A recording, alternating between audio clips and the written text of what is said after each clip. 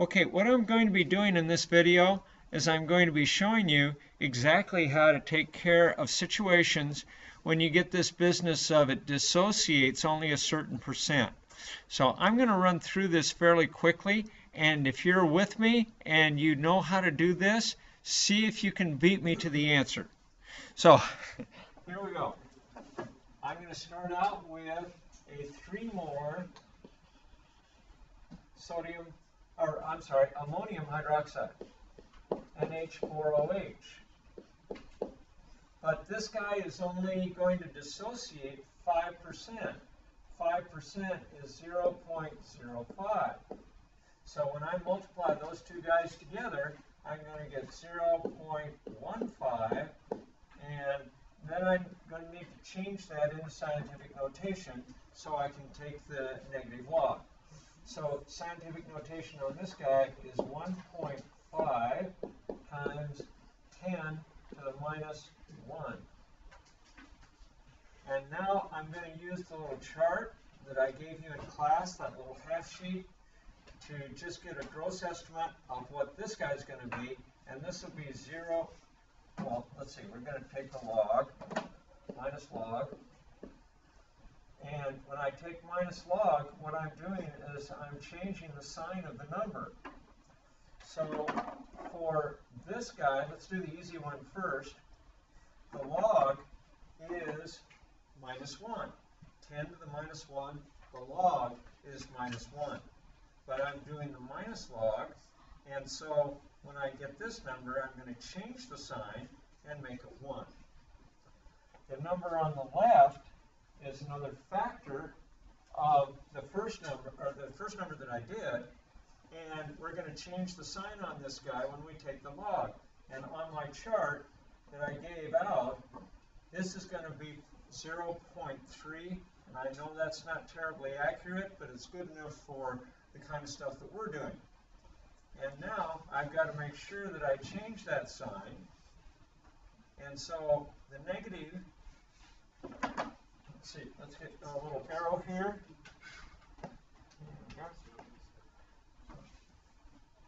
There we go. And for this guy, this changed to a positive. For this guy, the positive changed to a negative. And what we're going to do is go ahead and add those guys up, and we come out with 0.7. And what is that? pH or pOH? It's the pOH. So we're half done with our first part here. We got the molarity. That's already there. That was actually part A, to get the molarity. And here's our molarity here that we changed into scientific notation. That is the molarity of OH minus. Okay, or the OH minus concentration, however you want to say it. Now, we've got this guy nailed, so we're going to go over and figure out now how to get the pH.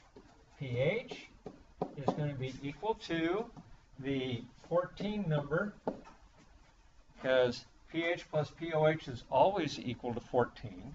And so I'm going to take 14, subtract out my pOH, which is 0.7, and I get 13.3, which is my pH. I'm sorry?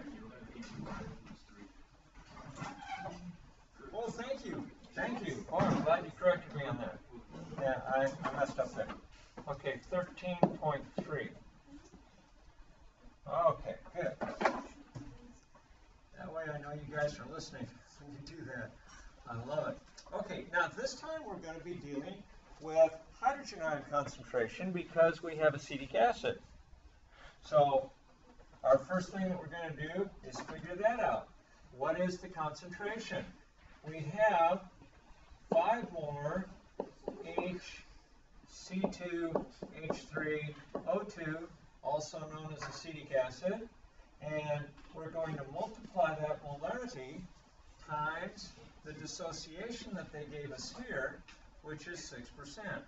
6% is, let's to write it as a decimal, 0.06. And so when we multiply those guys out, we're going to get, 0.30. So the 0.30 is equal to the, this case, hydrogen ion concentration. I should have been doing this guy in red. I'm going to change that. Let's go ahead and fix him up and make him red. Make those calculations red because we're talking about hydrogen ion concentration. Now what we want to do is take the logs. So we're going to do minus log of the 0.30. That's coming down to, what is it on our little chart? What does it say? 0.3. Oh, wait a second. I haven't put this in the scientific notation. Can't do that yet. There we go. I'm going to put this in a scientific notation, which is going to be 3 times 10 to the minus 1, and that's equal to the hydrogen ion concentration. Still. Now, we take the log of 3, and there we go. Log of 3 minus log, actually, changes the sign. And what does that work out to? 0.3? Yeah. 0.3. And that is a negative because we started out with a positive number. Oops. There we go. This guy was a positive number. Take the minus log of it. It's not going to be 0.3. It's going to be minus 3 because of this minus. We're changing the sign. And then we're going to take the minus log of 10 to the minus 1. That's easy. It's just this number right here. Except the sign changes, and so that becomes a 1. So our pH is equal to 0.7.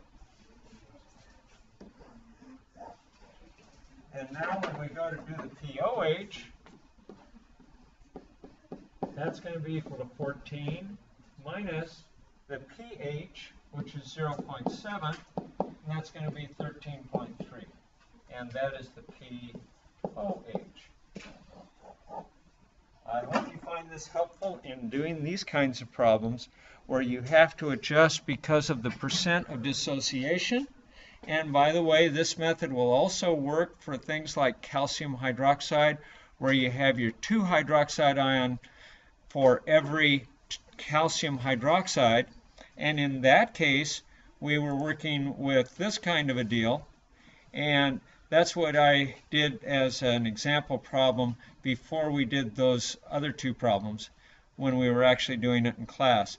And here, you'll see this 2 came from the subscript of the hydroxides, and that's where we got into making the 0.001 into the 0.002. And then we broke it down just like we did in the last 2 problems, and we wound up with a pOH, subtracted that pOH from 14, and got the acid pH. And that's it. I hope you find this helpful.